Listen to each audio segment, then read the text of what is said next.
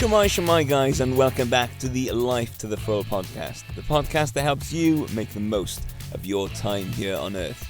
I'm your host, Dav Morse, and it is my job to educate and inspire, to equip and encourage you to live life to the full. And today, I want to talk about the power of a vision. When I was 19 years old, I met someone who had just done a sprint triathlon. I thought, this guy is the coolest of the cool. He speaks French, he's fit, he plays football, and he's just done a triathlon. This is a guy I can respect and admire. In fact, he's still a guy I respect and admire. He ended up as a church leader in Lille in France. And I don't think this guy even knows what an impact he's had on my life, without even trying. He wasn't arrogant, he didn't go on and on about this triathlon he'd done, although he did wear his finisher t-shirt, otherwise I may never have known about it. He didn't even try and get me to do one. He just did his thing, and that, in itself, inspired me to think about doing a triathlon. He'd planted a vision in me for my life. One day, I was going to do a triathlon. Well, why do I share this with you today? To my knowledge, him doing a triathlon didn't inspire anyone else, but just by doing something cool for himself, he had a deep impact on my life. If you think that you living your life isn't impacting anyone, then just remember this anecdote. You have the power to inspire others simply by doing cool stuff with your life. This one moment of me finding out that this guy had done a triathlon continued to have an impact on my life for the best part of the next 2 decades. All he did was plant a seed in my mind. The next 3 years involved me going on and on about how one day I was going to do a triathlon, and proceeding to not do anything about it. I was all talk and no walk. In fact, I'd be in my 30s before I really started walking any walk. I had this idea, but that's all it was. I wasn't prepared to do anything about it. It took my wife saying, either stop going on about it or just get on and do it. So we both booked our first sprint triathlon. As soon as I'd booked my first triathlon, I did what we'd all do in that situation. I started researching training methods, iconic races, heroes of the sport, and then I came across this race, which seemed impossible. One that was so long that completing it would put you up there as an elite specimen of human being. A little known, at the time, race called Ironman. A 2.4 mile swim, followed by 112 miles on the bike, and then immediately followed by the small matter of a marathon. 26.2 miles of running. And just like that, I knew what I wanted to do. One day, I would be an Ironman. One dream had led to another. And this was the big picture goal I had for my life. I didn't know how I was going to do that. I only had a mountain bike and I hated cycling. I also was not the biggest fan of running. I didn't know when I was going to do it, but I knew that one day I was going to become an Ironman. Spoiler alert, I did it, but it took me 13 years. During that 13 years, I was consistently showing up in doing the small things. Consistently showing up week by week, just training a little bit. I didn't go very far, I didn't run very far, I barely ran more than 5 kilometers, but I was consistent. And then, when the time was right, then I started working towards my dream properly. Have you got a vision for your life?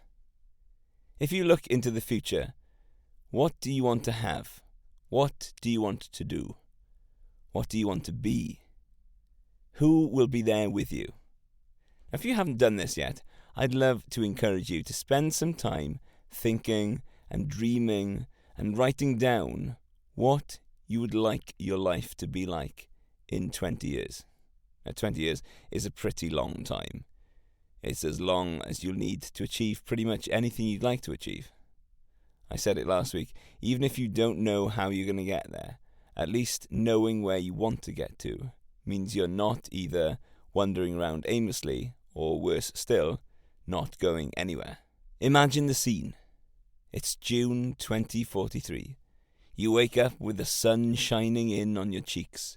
You kiss your spouse good morning and open the curtains wide to look out over the mountainous expanse sprawling out into the distance. You grab your journal and go to make yourself a cup of coffee. Black, obviously, so that you can taste the richness of your morning brew. You're not on holiday. You do actually have work to do. But there's no rush. You're in charge. You spend some time reading, scribing, and pondering in quiet solitude. You get to your desk at 10, where you lose track of time because what you're working on is just so meaningful that it puts you into a state of flow, where you get so much in the zone you hardly notice it's 3 p.m. and you need to grab something to eat. Nothing too heavy, because you've got to pick up a game of basketball with your mates later.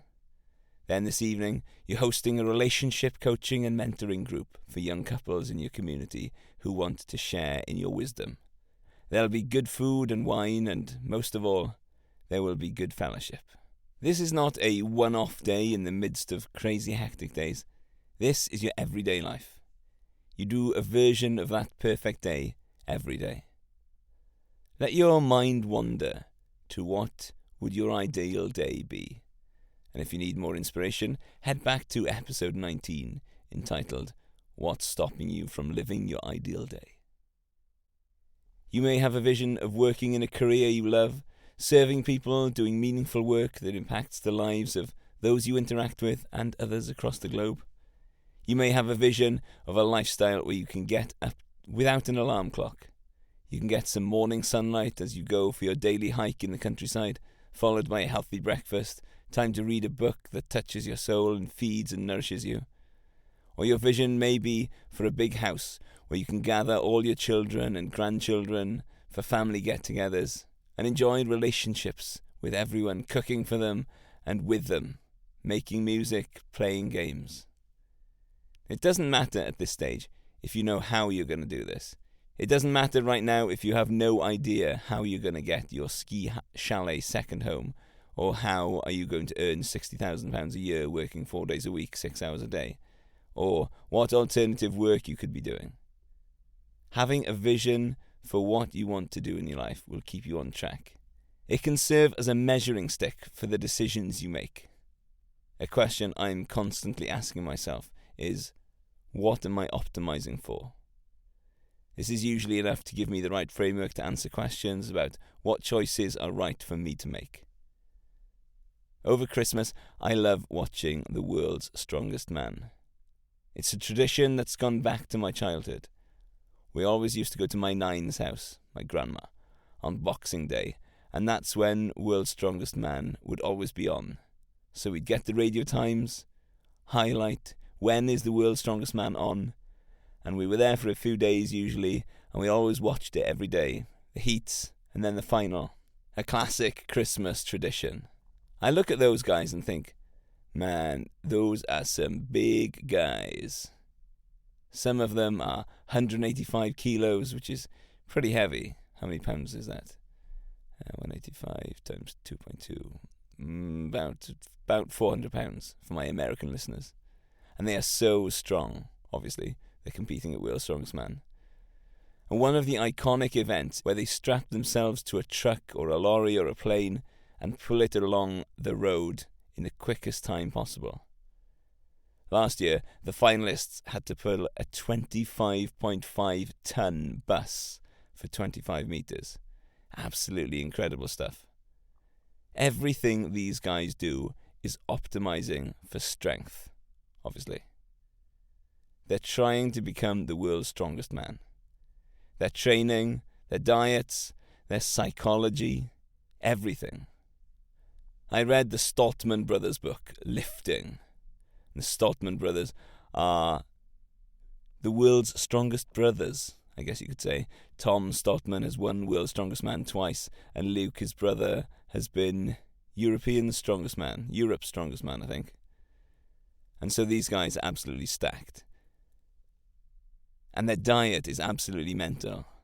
They deplete their glucose stores so much during competition that their entire goal before the competition is to pack their glucose stores to the absolute sweet spot so they have enough energy to lift the crazy things they need to lift. Luke Stoltman says, "Sometimes I'd smash a few packets of Skittles before breakfast." That was my best Scottish accent.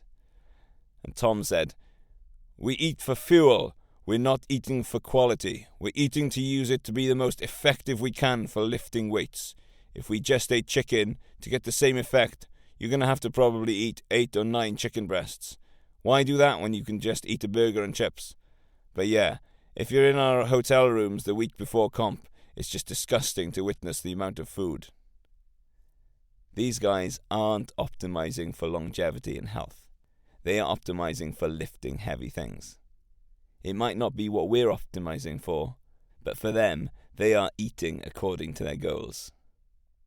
But they'd be absolutely rubbish at gymnastics. That's not what they're optimizing for. It's the same for us. When we have a lifestyle in mind that we want to live, we can start to make our choices align with our designed outcomes. If we know what we're optimizing for, then we can make decisions based on that. If we're optimizing for money, we'll make different choices to if we're optimizing for lifestyle. If we're optimizing for finding a spouse, we may make different choices to if we're optimizing for a career. I'm not saying you can't do both, but be aware of the payoff. If you're constantly working late, you might not have the time or the energy to go out and meet people. Or maybe I'm showing my age, thinking that people go places to meet people. If you're optimizing for a career in television, you may make different choices than if you're optimizing for a career as a surgeon. Get into the habit of asking, what am I optimizing for? There's no right or wrong here, but it has to be important to you. If it's not important to you, you'll always find a way of sabotaging yourself. I mentioned a couple of episodes ago that the biggest issue I've had with not reaching goals is setting goals that just don't mean all that much to me. And step by step, you get to design your life. You may have now an incredible vision of what your life could look like. Now this is important because it can give you an initial burst of motivation to make a change, for that motivation will soon wane. Soon, you'll have to start making a plan for how you're going to start working towards that vision. But for now, just enjoy the excitement and the possibility of the life that's ahead of you. Life to the full, if you will. But you do need to use that burst of motivation, that image of what you'd like your life to look like, in order to start working towards that. Just by having a big picture vision of what your life might look like, your brain will start subconsciously spotting ideas working towards your goal, even when your conscious brain might not be. But you do need to get that ball rolling down the hill. Making a radical change like quitting your job is great, but many people really aren't ready to do that with no plan to go to. If you are, amazing, go for it. But you don't have to quit your job in order to start something new. A new habit, a new discipline, a new hobby, a new relationship. You can start today. You can't go from where you are today to where you want to be in 20 years by tomorrow. And you definitely won't get there unless you start your journey. But the most exciting part of your life's endeavour is that there is joy in the progress. After all, the obstacle is the way. When I was a teacher, I barely had any time to pursue all the fun things I wanted to pursue. So I made small changes. I wanted to learn Italian, so I booked a holiday for my family to Italy and then spent just 1 to 2 hours every Monday night when my wife was in bed learning Italian. It was just one change. Little did I know that that one change would be the first of many, which has led me to the full life I now live. I loved those Monday nights, a little moment of joy in a week of craziness. I tell you all this simply to give you some ideas. Really, it's all about you.